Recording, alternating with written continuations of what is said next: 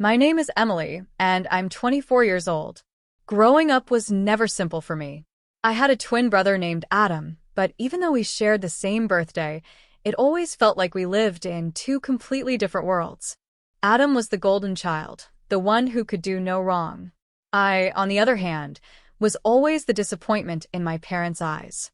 Our father, Mr. Parker, was a strict high school principal in the city of Lakeside. He ruled the house just like he ran his school, full of discipline, high expectations, and zero tolerance for mistakes. Our mother, Mrs. Parker, was a homemaker who dedicated every minute of her life to ensuring that the family appeared perfect to everyone on the outside. But behind closed doors, perfection was just another word for control. From as far back as I can remember, home didn't feel like home.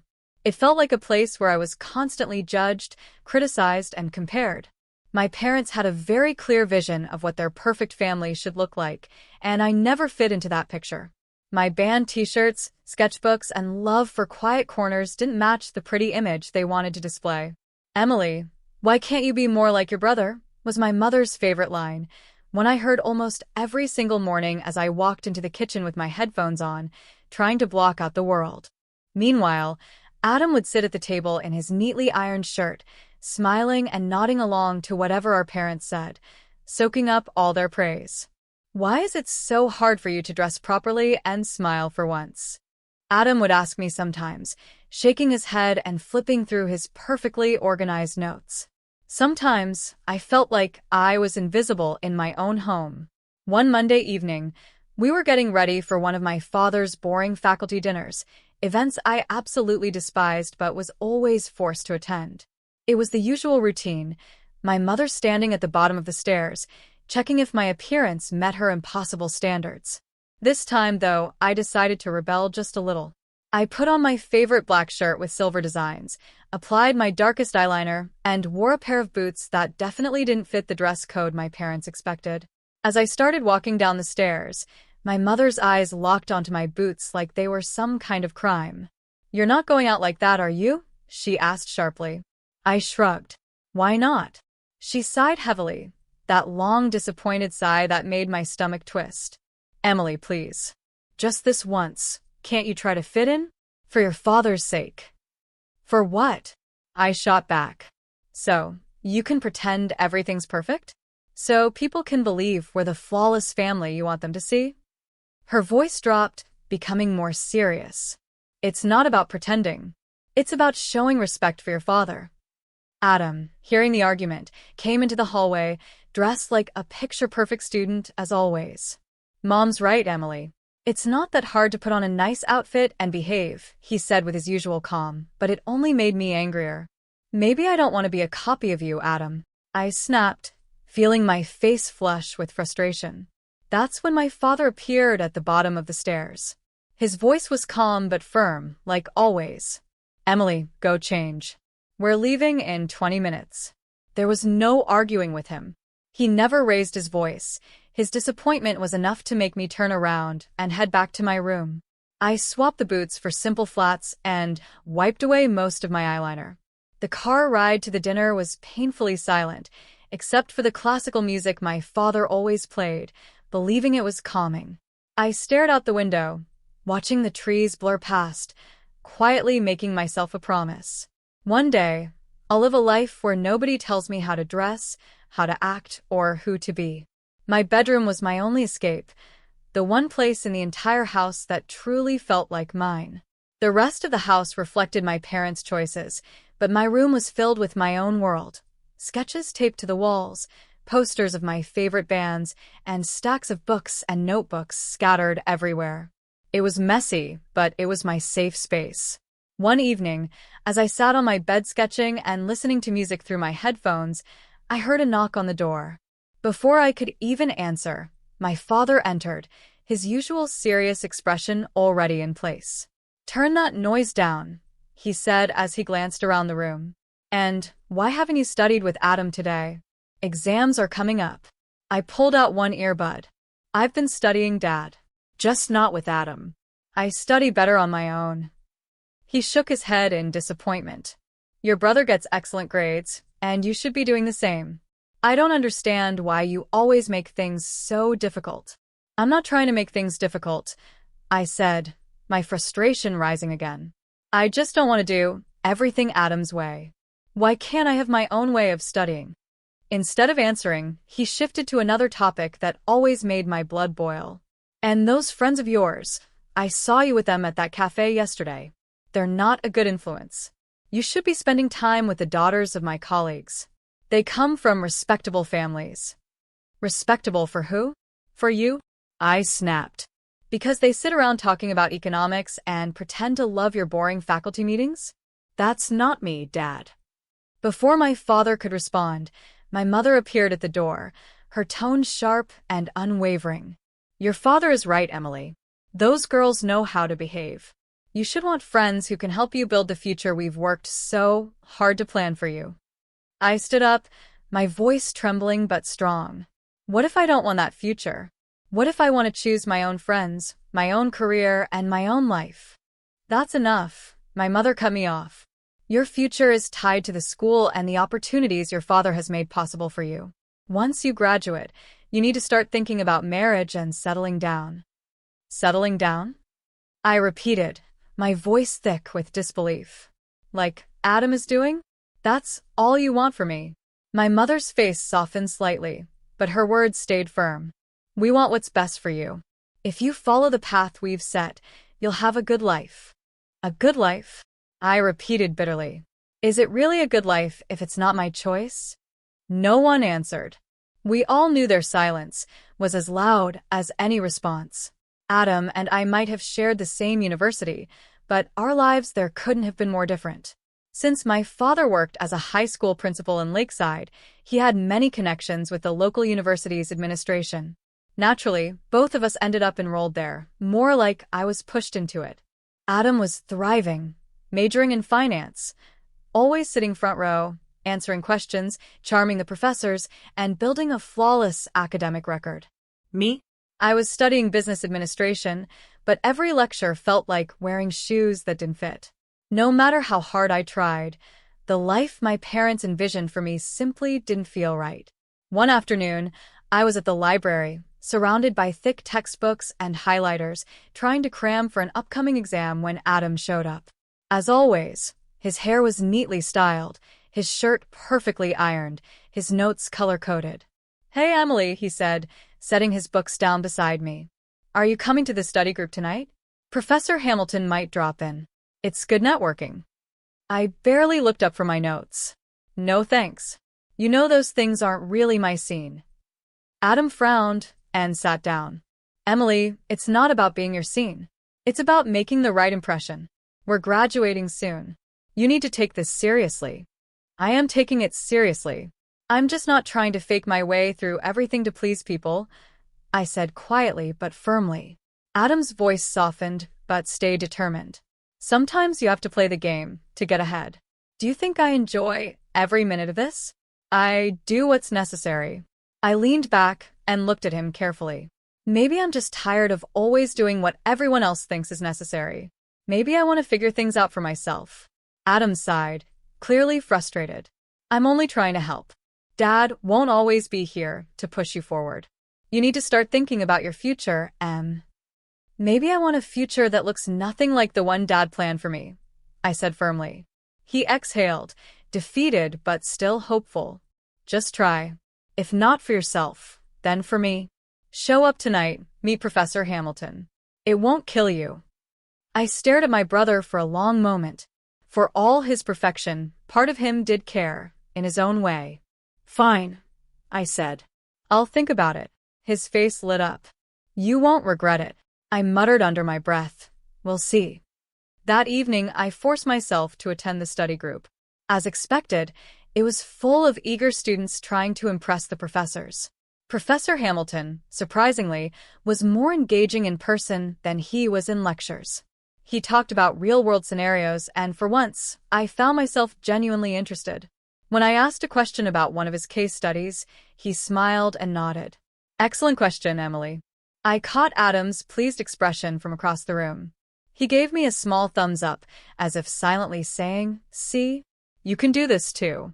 On the walk back to the dorm, Adam nudged me with his elbow, grinning. See? That wasn't so bad, was it? I smirked. I'll admit, it was tolerable. That's all I needed to hear, he laughed. You never know, Em. You might even enjoy this stuff one day. I rolled my eyes. Don't push your luck. But deep down, I knew he meant well. Still, that didn't change how trapped I felt inside this life my parents had perfectly designed for me. As the months passed, things only got more intense. Adam soon announced his engagement to Claire, a young attorney from a well-connected family, exactly the kind of woman my parents approved of. They were overjoyed. At dinner one evening, with wedding plans in full swing, my father suddenly turned to me with that same controlling smile. Now, Emily, it's your turn to find someone suitable. My mother nodded eagerly, her voice already full of plans. Think about your future, dear. Someone stable, responsible, who can take care of you. It's time. I stared down at my plate, my appetite gone. Their expectations were suffocating. Their idea of love felt more like a business transaction. I knew, right then, I had to find a way to live my life, not theirs. A few weeks later, my life took an unexpected turn. I was walking home from class, lost in my thoughts, when I noticed a car parked on the side of the street with its hood open. Standing beside it was a man, wiping his hands on a rag, clearly trying to fix something. Stubborn thing won't start, he muttered, glancing up and catching me staring. Normally, I would have kept walking, but something about him felt different. Open, genuine. He smiled warmly. Hey, don't suppose you know anything about engines, do you? I shook my head, amused. Sorry. Not a clue. No worries, he said, chuckling. I'm Luke, by the way.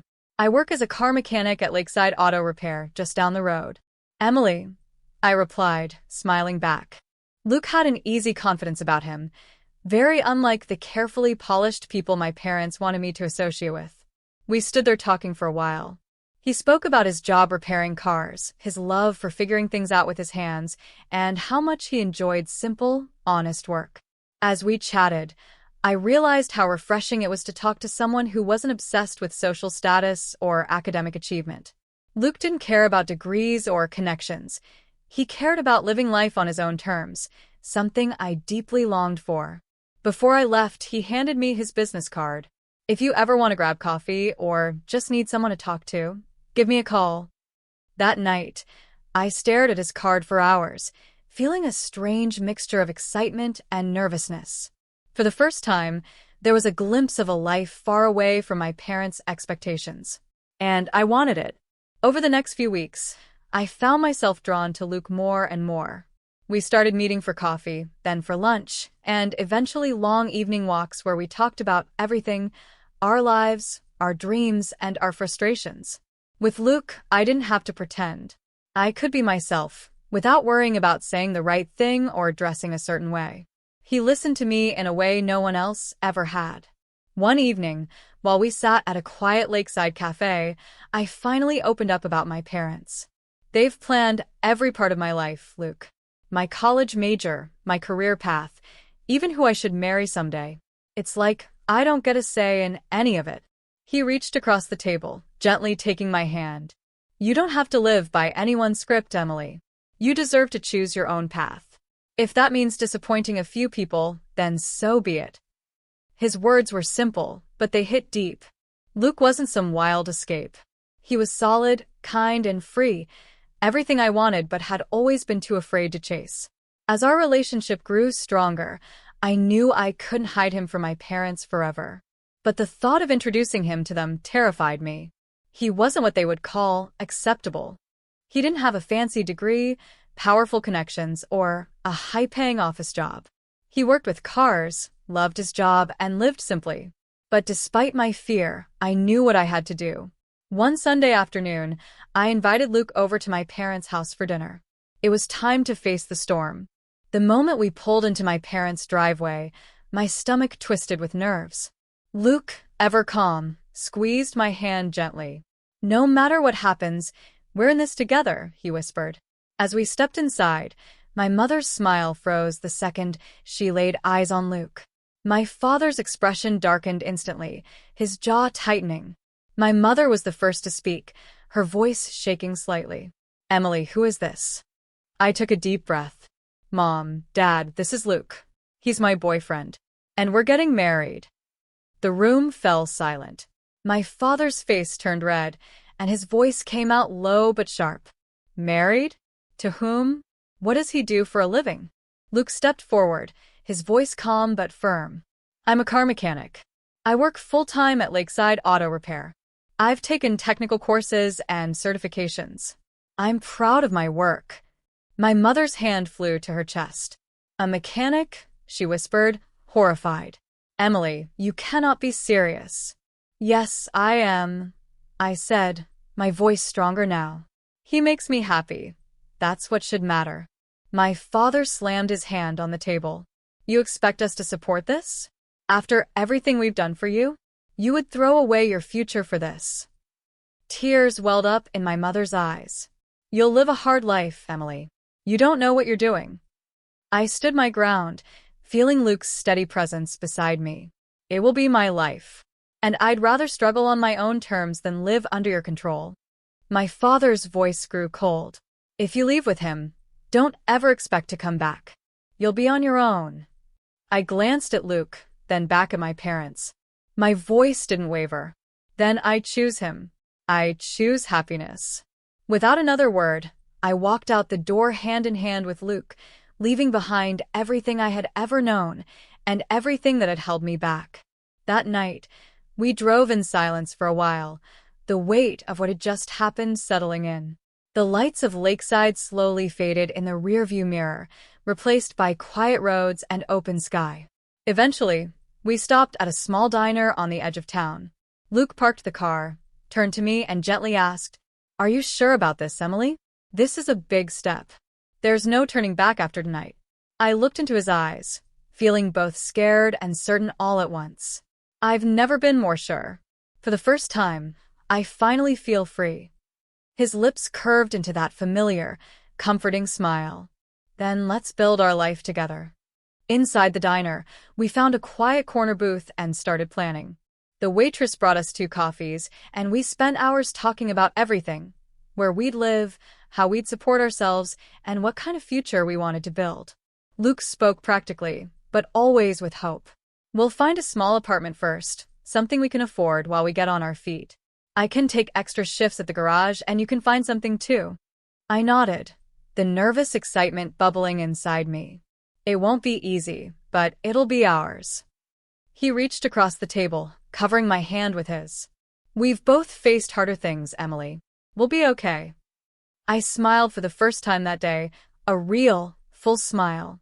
Right. Together. As we left the diner and drove back into the city, I felt lighter than I had in years. Scared, yes, but more alive than ever. The next few months flew by in a blur of hard work, adjustments, and small victories. We found a tiny apartment on the outskirts of Lakeside, old, but cozy and filled with hope. Luke picked up long shifts at the garage, while I found a job as a receptionist at a local logistics company. Money was tight, but we made it work. We budgeted every dollar, learned to live simply, and celebrated every small win. Coming home to each other every night felt like enough. For once, I didn't feel trapped. I felt in control of my own life. A year later, Luke and I had a small wedding. We invited my parents, secretly hoping they might see how happy I was and reconsider. But they never showed up. The seats reserved for them remained empty. Still, as I looked into Luke's eyes while we exchanged vows, I knew I hadn't lost anything. I had gained everything.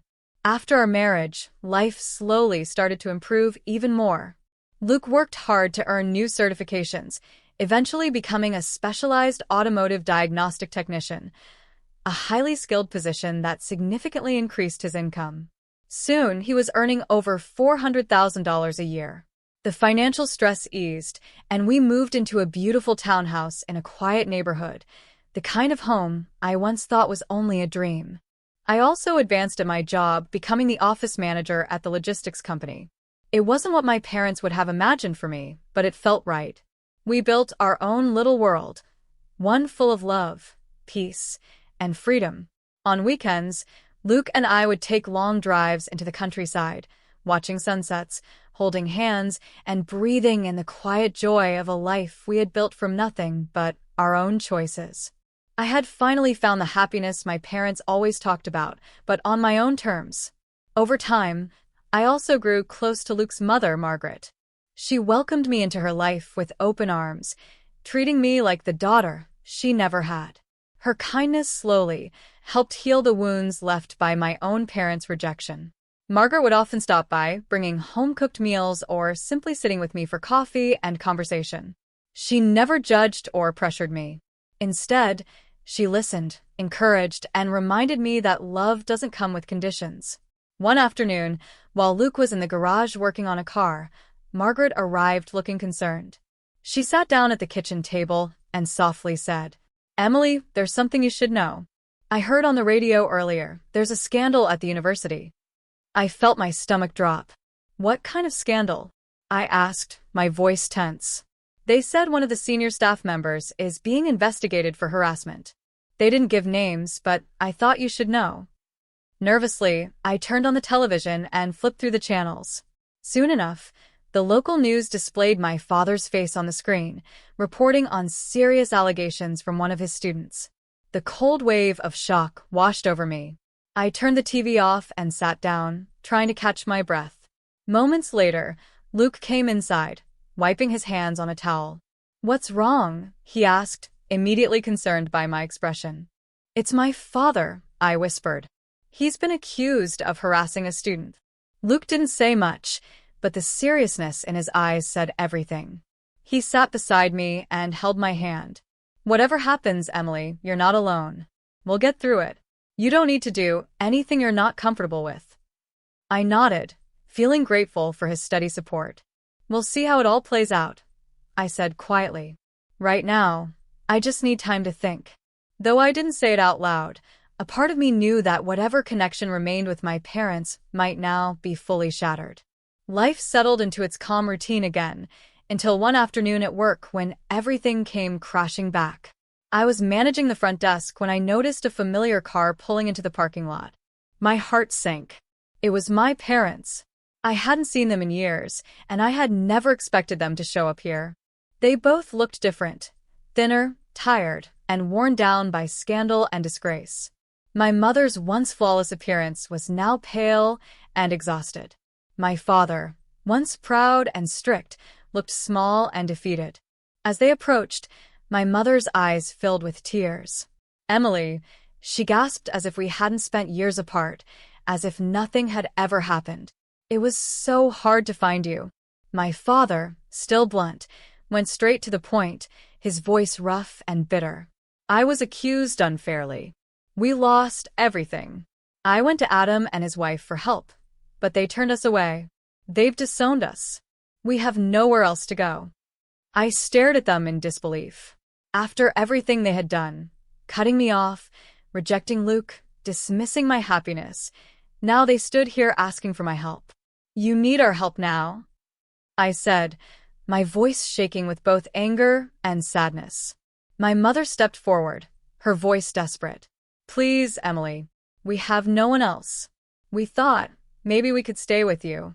I almost laughed at the absurdity of it. "Stay with me? After disowning me? After you made it clear I was no longer your daughter?" My father's face turned red with frustration. "You owe us, Emily. After everything we sacrificed for you." "No," I said, feeling Luke's steady hand on my shoulder as he quietly appeared beside me. "I don't owe you anything. I chose happiness. You chose control. And now you have to live with your choices." A few of my coworkers had started to gather nearby, quietly observing the scene. My mother began to cry openly, drawing even more attention. "You're being ungrateful," she sobbed. "After all we did for you."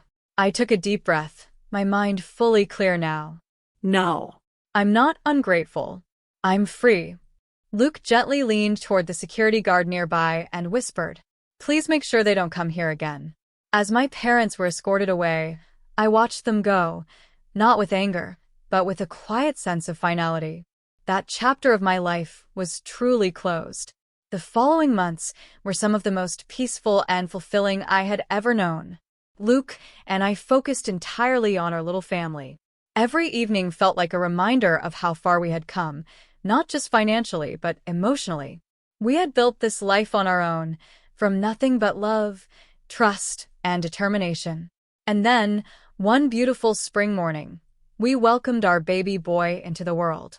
Holding him in my arms for the first time was overwhelming, not just because of the joy of becoming a mother, but because I knew this child would grow up free of the chains that had bound me for so long. We named him Noah. Margaret, my mother-in-law, was there every step of the way, excited, supportive, and full of unconditional love. Watching her hold Noah, calling him her precious grandson, filled a space in my heart that my parents never could. My parents never reached out again after that parking lot encounter. That was the last time I ever saw them. And though a small part of me sometimes mourned what could have been, I never once regretted my decision. I had finally broken free from their control, built my own family, and found a life full of love, peace, and freedom. Looking back, I realized, sometimes the family you build is far stronger than the one you're born into. If you enjoyed this story, make sure to like the video, share your thoughts in the comments, and don't forget to subscribe to the channel for more inspiring stories. Your support means a lot and helps us bring you even more powerful content every week. Thank you for watching.